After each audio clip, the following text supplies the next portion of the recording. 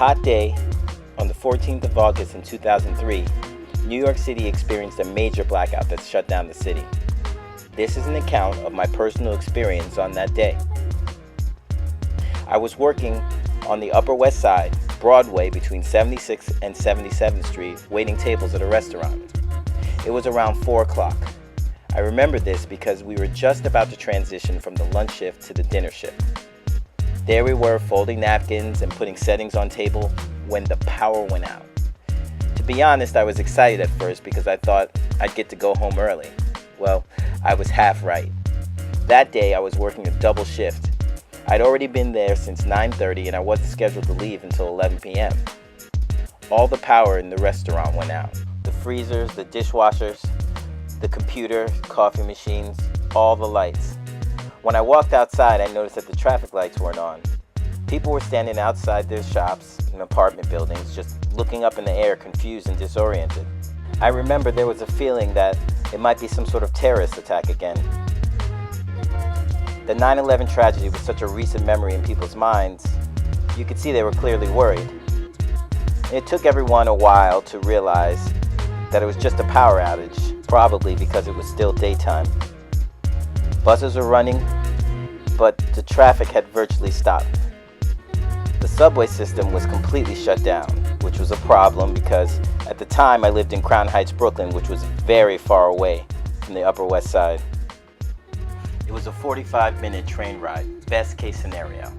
It became clear to me I was going to have to walk home. But at least I would have company. I told my manager that I was going to have to leave. He looked at me strangely, but he knew how far away I lived, so he let me go. I started walking. Not knowing when this whole thing was going to be over, I figured I'd make a few calls and see if anyone I knew was around, so I could crash at their house or stay there for a little while.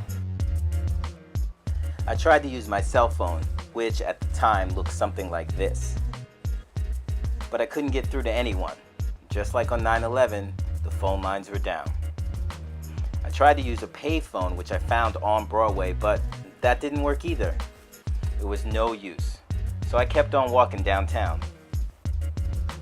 I passed 72nd Street, Lincoln Center, Columbus Circle, Times Square, walked through Chelsea and the Village, all the way down to the Brooklyn Bridge.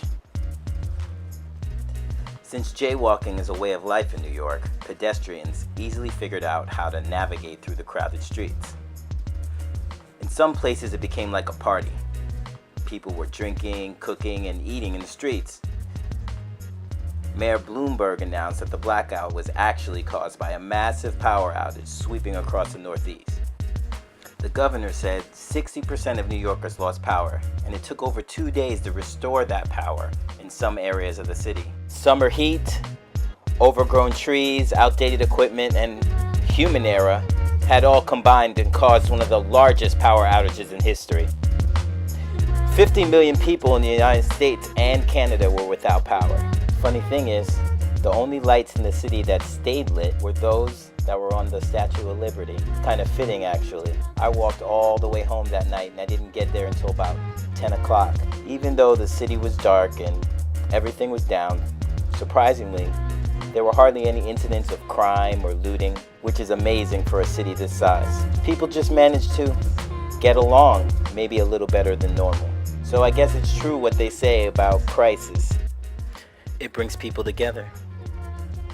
And I saw it happen in 2003.